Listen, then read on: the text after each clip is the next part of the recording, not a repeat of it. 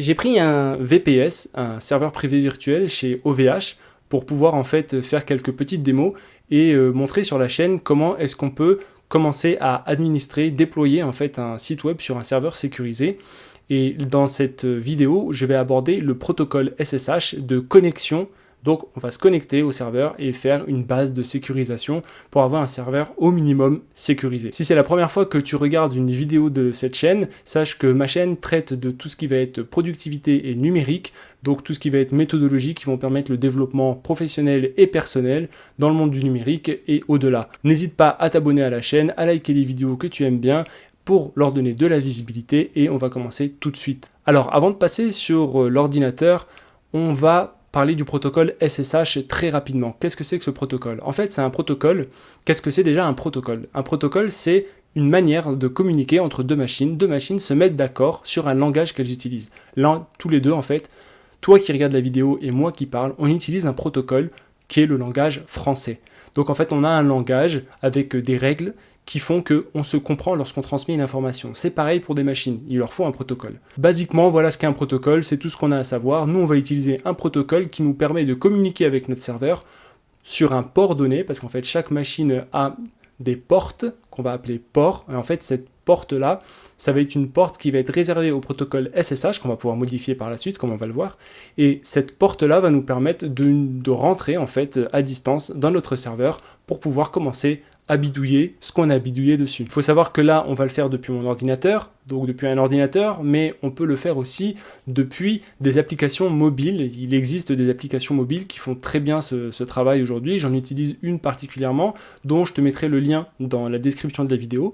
Et en fait, ça nous permet d'être un client qui va aller interroger ce serveur, qui va aller s'y connecter. Donc avant de se lancer directement dans la connexion en tant que telle, on a reçu un mail. Dans ce mail donc de la part d'OVH qui nous disait voici votre identifiant et votre adresse IP et votre mot de passe. L'adresse IP, c'est donc l'adresse physique du serveur. On en a besoin pour se connecter, de savoir où est-ce qu'il habite, quoi, en quelque sorte. Et une fois qu'on a ça, on va pouvoir se connecter avec l'utilisateur root. L'utilisateur root étant le super utilisateur, l'utilisateur ayant tous les droits sur le serveur en question.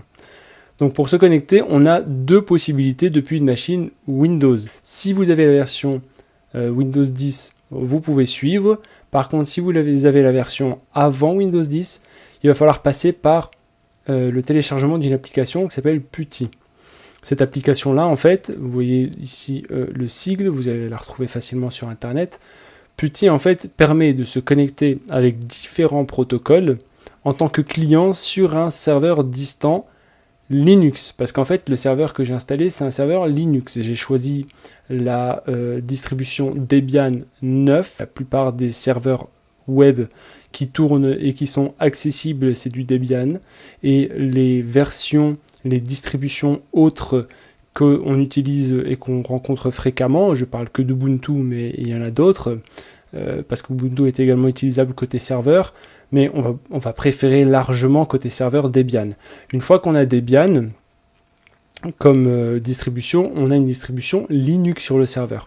Or, pour que nous, en tant que client, on puisse se connecter à notre serveur Linux, eh bien en fait, il nous faut, comme c'est un protocole, il nous faut des manières de communiquer. Ici, PuTTY, en fait, est une surcouche à Windows qui permet d'utiliser d'ouvrir un shell, donc c'est-à-dire une interface en ligne de commande sur notre serveur directement. C'est-à-dire en gros, on ouvre un shell et on a accès à notre serveur.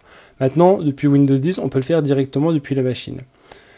Pour PuTTY, rapidement, il faut mettre donc l'adresse IP, le port. Lorsqu'on va sur ici, qu'on choisit SSH, il se met automatiquement. Le port, c'est le port 22. On load, où on ouvre la connexion, ça nous ouvre une interface comme ça, comme la ligne de commande, donc on va fermer PuTTY. Seulement, on ne va pas avoir directement ici le chemin vers le dossier utilisateur, on va nous demander directement utilisateur, puis mot de passe, chose que vous avez donc reçue par mail. On va le faire d'ici de l'invite de commande Windows, on va faire exactement comme on peut le faire depuis un Linux, donc quelqu'un qui a un Ubuntu, un Linux Mint ou un Linux va pouvoir faire exactement pareil. Donc ici, on va taper SSH route, arrobase, et on va mettre l'adresse IP. L'adresse IP, elle vous a été envoyée. Bien entendu, je ne vais pas vous donner la mienne. Mais une fois que vous avez rentré l'adresse IP du serveur ici, ce qui va vous être demandé, c'est d'entrer le mot de passe. Et une fois que vous entrez le mot de passe, on va vous poser une question. Est-ce que vous voulez stocker la clé de sécurité sur votre machine? Vous dites oui. En fait, c'est parce que la machine cliente, donc pour le coup, le Windows que j'utilise, l'ordinateur que j'utilise, ne connaît pas la clé de sécurité. Parce que je vous ai expliqué que SSH, c'est un protocole sécurisé. Il ne connaît pas la clé de sécurité publique du serveur distant. Il faut qu'il la stocke pour qu'il puisse ensuite échanger avec des clés privées. Enfin, c'est un peu complexe, mais dans tous les cas, vous répondez oui. Si le protocole d'échange plus en détail, ça vous intéresse, une vidéo là-dessus, faites-le moi savoir et ce sera avec plaisir. Donc ici, SSH route, et je mets mon adresse IP, et je vous reprends une fois que je suis connecté. Donc voilà, là en fait, je suis connecté, et je suis donc sur le VPS qui a ce nom-là, pour l'instant. Et donc en fait je suis connecté en tant que route à ce VPS là. Là en fait cette interface ici que j'ai, c'est une interface totalement sur le serveur. Ici je vois rien, je ne vois plus rien de ce qu'il y a sur ma machine Windows. Je suis sur mon serveur.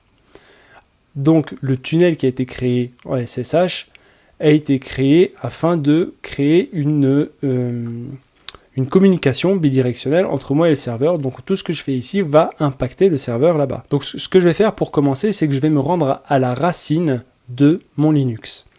Pour me rendre à la racine de mon Linux, je vais faire cd, donc change directory. Hop, voilà, ici, cd, change directory. Et je vais mettre slash. Là, je vais me retrouver à la racine. C'est un peu pas compliqué, mais quand c'est nouveau, il faut s'y faire.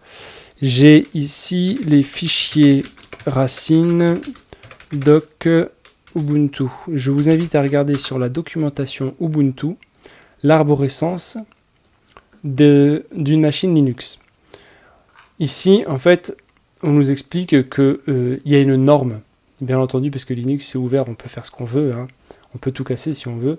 Mais la norme, c'est que ici, c'est la racine du système. Et après, ça marche par hiérarchie. C'est-à-dire que si je regarde hiérarchie,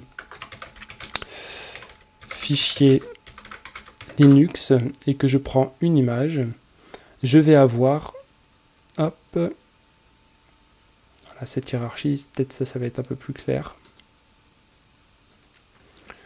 Voilà, on a une racine, et après on a des sous-dossiers. Alors ils n'y sont pas tous, mais quand on a ces sous-dossiers, et on a ensuite des sous-dossiers derrière, en fait, cette norme permet de mettre des choses dans des dossiers avec des noms normés pour qu'on puisse s'y retrouver. Par exemple, dans le dossier bin, on va mettre tout ce qui est binaire. Dans le dossier boot, on va mettre tout ce qui est relatif au boot, c'est-à-dire au démarrage, dev, tous les périphériques. ETC, on va utiliser, c'est tous les fichiers de configuration qu'on va d'ailleurs éditer pour modifier les configurations de nos services, entre autres le service SSH. Home, c'est dans lequel on va mettre des dossiers pour chaque utilisateur, et chaque utilisateur va avoir ses propres dossiers. Par exemple, quand on veut donner un accès en FTP, on fera dans des vidéos plus tard, on limitera l'accès de l'utilisateur à son dossier. Il ne pourra pas aller voir donc dans l'arborescence au-dessus. Il pourra voir que ce qu'il y a dans son dossier à lui. Et d'autres, je vous invite à aller sur la documentation pour regarder un peu plus. Donc j'ai bien dit Ubuntu. À ce niveau-là, c'est la même documentation que Debian. Alors il y a également la même chose. Donc la documentation Debian, qui est en français. Par contre, elle est des fois un peu plus rebutante. Et elle n'est pas toujours en français. Donc voilà, c'est un peu plus sobre, peut-être un peu plus rebutant pour les néophytes. Donc je conseille de passer par Ubuntu, la documentation Ubuntu. Il y a très peu de différence parce que vraiment c'est le même noyau, c'est la même... Hop, oui, je veux bien fermer les onglets. Donc une fois que je suis ici, qu'est-ce que je fais? Donc je vérifie déjà que j'ai bien tous les dossiers qu'il faut. Une fois que j'ai tous les dossiers qu'il faut, ce que je vais faire, c'est que je vais aller changer un fichier qui va faire deux choses principales. La première, c'est interdire à ce qu'on se connecte directement depuis un accès distant en route. Et la deuxième, c'est on va également interdire à celui qui va se connecter après, parce qu'on va faire un profil qui va se connecter, on va lui interdire de se connecter à partir du port 22. On va fermer le port 22 pour le SSH, on va le changer. On va dire que tu te connectes en SSH, tu vas le faire sur un autre port. D'abord, je vous explique pourquoi. Pourquoi est-ce qu'on va faire ça? Parce que lorsqu'on subit des attaques sur un serveur, le premier mot avec lequel on va essayer d'attaquer un serveur, c'est root. Vous voyez que là, en fait, si je ne change pas mon mot de passe, en fait, ce que font aussi pas mal de personnes qui prennent des serveurs mais de manière néophyte, en fait, ce qui va se passer, c'est que on a déjà l'identifiant. Il ne nous reste plus qu'à trouver le mot de passe. Et le mot de passe, après, ça se craque avec un système de brute force. Et sur un serveur, brute force, c'est très facile à faire. Un petit script Python, d'ailleurs, je vous invite à regarder le tuto Python pour voir comment ça se passe, mais on automatise ça, et voilà. Ensuite, pourquoi est-ce qu'on va changer le port? Parce que souvent, ces attaques-là qui se font à l'aveugle se font sur le port 22, parce que c'est le port par défaut de la connexion SSH. Nous, ce qu'on veut, c'est changer ce port pour que si le port 22 se fait attaquer, en fait, ce port-là, il va dire je suis fermé, de toute façon, tu peux essayer ce que tu veux, et il n'y a pas de connexion possible. Et donc, en fait, si la personne veut vraiment attaquer notre machine, il va falloir qu'elle scanne tous les ports, et comme il y en a une pléthore, il y a plusieurs milliers de ports, ça va être il faut vraiment qu'ils vous en veulent, et ce qui est vraiment rarement le cas lorsque on est victime d'attaques comme ça de brute force random. Donc on va avoir ici la nécessité, avant de bloquer le root, ajouter un utilisateur qui lui ne servira qu'à une seule chose, c'est à se connecter de manière distante. On va donc faire un utilisateur, bon là je le fais pour le tuto, je le supprimerai après. On va faire un nouvel utilisateur, on va dire que cet utilisateur, on va l'appeler adduser, on va l'appeler SI, allez, pour Sofiane Ifren. D'accord, donc il explique, tac, qu'il a ajouté un utilisateur ASI, qu'il a ajouté un nouveau groupe d'utilisateurs SI, il a créé un nouvel home directory home SI, et il me demande un password. Donc là, je mets un mot de passe pour SI. Alors, pour les mots de passe, il faut un mot de passe long et avec des caractères dans votre chaîne de caractères qui soient variés. Une fois que vous avez un mot de passe assez long, quand je dis assez long, normalement c'est 12 caractères minimum, c'est pas 8, les 8 caractères, ça c'est quelque chose qui a été prouvé qu'en fait c'est pas concret. Si vous avez pas mal de caractères, voilà, donc il va me demander mon nom en entier, bon ça on va passer, le numéro de téléphone, machin, ok, tout ça, je peux faire entrer à chaque fois, je passe. Donc pour revenir au mot de passe, il vous faut un mot de passe qui soit assez long, avec des caractères très variés, pour que en fait quand on veut le craquer, il y ait des milliards de combinaisons, et donc ça prenne des milliards d'années. Bon, ça prend pas des milliards d'années, mais ça prend tellement longtemps qu'on peut pas on va pas s'amuser à le faire. Donc une fois qu'on est là, on va vérifier que en allant dans Home, donc dans le répertoire Home, on a bien deux choses ici. On a un répertoire Debian qui a été créé d'office en fait, il n'y a rien dedans, et on a un répertoire SI qui est le répertoire de l'utilisateur. Donc ici on a un utilisateur qui s'appelle SI. On va d'abord changer le mot de passe du root. Pourquoi on va changer le mot de passe du root? Juste pour avoir un mot de passe duquel on se souvienne. Parce que quand on va se connecter en tant que SI, puisque c'est le but de créer un nouvel utilisateur, on va élever ses privilèges. Ça veut dire on va passer en root, passer en super utilisateur. Et pour passer en super utilisateur, il va nous redemander à chaque fois le mot de passe. Donc j'ai pas envie de copier-coller le mot de passe à chaque fois depuis mon mail. Donc je vais mettre un mot de passe dont je me souviens. Ici, je fais un clear pour effacer tout ce qu'il y a dans la console pour que ce soit un peu plus visible, voilà. En fait, ça fait rien de plus que effacer ce qu'il y a dans la console, hein. Ça efface pas ce qu'on a déjà fait, c'est juste on se met à la dernière ligne, qui devient la première, comme ça c'est plus lisible. C'est l'équivalent de CLS en Windows, pour ceux qui ont suivi le cours sur Python. Donc, ok, une fois qu'on est là, qu'est-ce qu'on fait? On va changer le mot de passe root. Pour changer le mot de passe root, PASSWD, diminutif de password, et on met le nom d'utilisateur derrière. Comme on est en route, il pose pas de problème. Vous voyez, en route, on fait ce qu'on veut. Comme on est en route, on peut changer même notre propre mot de passe sans vérification. Il nous demande juste de rentrer un nouveau. Ok, on rentre un nouveau mot de passe. Hop, il nous demande bien entendu de le retaper. Alors, pour ceux qui se demandent pourquoi je tape et on voit rien à l'écran, eh ben, c'est justement pour que vous ne voyez rien. C'est fait exprès dans les systèmes Unix. Les mots de passe sont cachés quand on les tape. Ici, le password donc, a bien été updated, donc on a un nouveau mot de passe.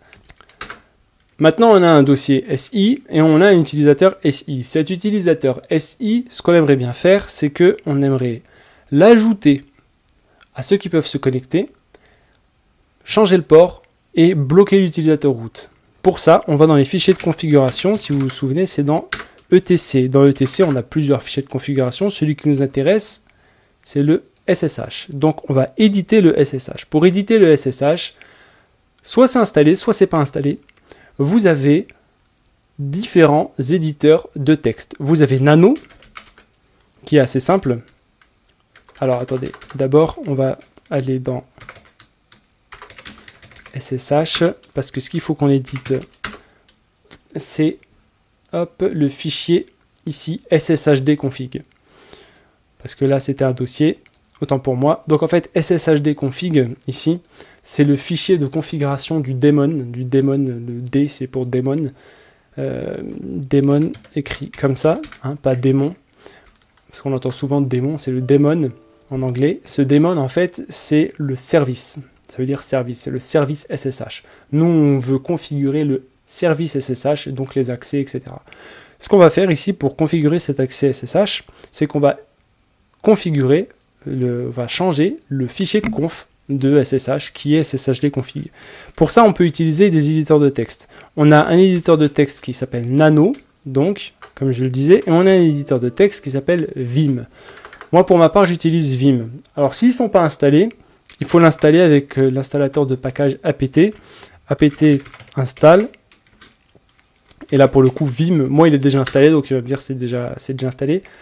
Hop, voilà. Est-ce que vous voulez continuer? Je mets non. Et moi, j'ai déjà Vim. C'est déjà livré dans les Debian, dans les VPS Debian de OVH. Il y a Vim et il y a Nano. J'utilise Vim pas parce qu'il est plus compliqué, parce que beaucoup l'utilisent pour se la raconter. C'est pas pour ça. C'est parce qu'en fait, au niveau de l'édition, il est beaucoup plus complet que Nano. Il est plus difficile, certes, mais beaucoup plus complet. Une fois qu'on est là, qu'est-ce qu'on fait? On fait Vim sshd-config. Alors je tape entièrement les noms comme ça, mais si je mets tabulation derrière, il me termine il a une intelligence, il va aller chercher le bon nom de fichier et il va me l'afficher. Hop.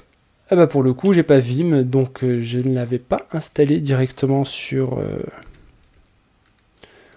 le serveur. Bon, ça va nous amener à faire quelque chose d'abord. Donc on va d'abord apt update, c'est-à-dire on va mettre à jour tous les paquets. Les paquets, c'est quoi en fait? C'est des paquets qui sont sur un serveur distant reconnu, qu'on peut paramétrer dans le serveur. Et c'est de là-bas qu'on va importer les applications en quelque sorte qui vont tourner sur notre serveur. C'est comme le Play Store pour Google par exemple ou l'Apple Store pour les applications Apple. Et en fait en faisant apt, alors là on va updater, donc on va tout remettre à jour, on va se remettre à jour avec le serveur, l'adresse distante en fait sur laquelle sont tous ces paquets. Et une fois qu'on est à jour, ce qu'on va faire, c'est qu'on va faire apt install. Et moi, ce que je vais installer, c'est Vim. Ok. Une fois que j'ai installé Vim, alors ça va être rapide, hein, c'est juste un éditeur de texte. Ou pas. Mais bon, j'ai la fibre, ça devrait aller, j'espère.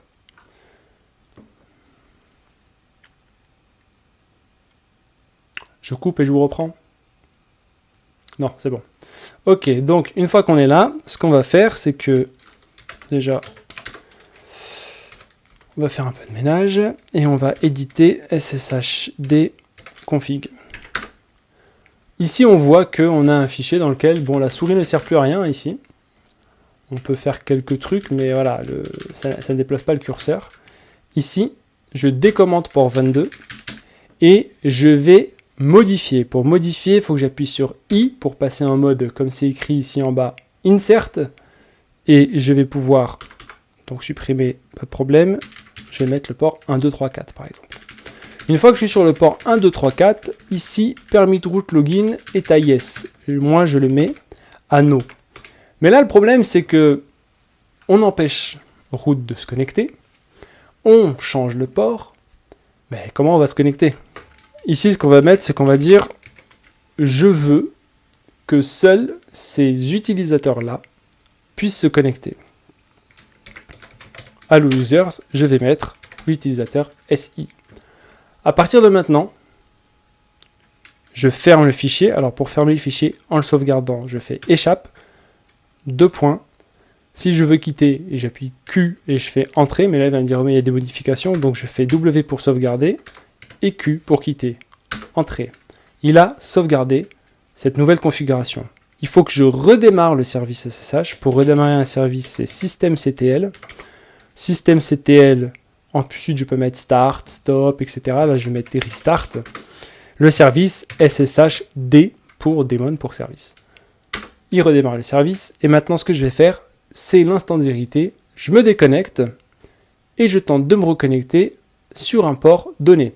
Pour me reconnecter sur un port donné, je fais SSH, le nom d'utilisateur, arrobase, l'IP. Ensuite, je fais -P. Et là, je mets le port qui sera le 1, 2, 3, 4 pour nous. Pour l'instant, je me déconnecte. Bon, là, il me dit, OK, pas de souci, il ne connaît pas. Je me déconnecte et je vous reprends, histoire que vous ne voyez pas l'adresse IP. OK, donc si pour vous, c'est comme moi, on n'a pas de problème, on s'est connecté, donc avec l'utilisateur SI, j'espère que vous l'avez appelé d'une autre manière, hein, c'était pas la peine de l'appeler SI comme moi, à notre VPS avec le nouveau mot de passe qu'on a donné pour notre utilisateur lorsqu'on l'a créé. Maintenant qu'on est connecté, et ben en fait, on aimerait passer route. Et là, donc, pour pouvoir passer route, on va taper, et là, il y a une différence. Soit on fait sudo su si on est sous Ubuntu.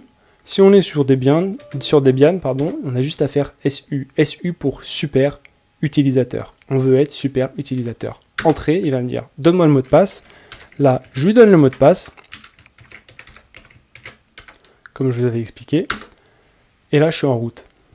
Et si je veux sortir du mode route, j'ai juste à faire exit, et hop, je repasse en mode utilisateur dans lequel je suis passé, dans lequel j'ai élevé mes privilèges. Ok, donc maintenant, on a une connexion SSH qui est sécurisée, forcément, mais elle est encore plus sécurisée parce qu'on ne la fait pas en route et on ne la fait pas sur un port usuel.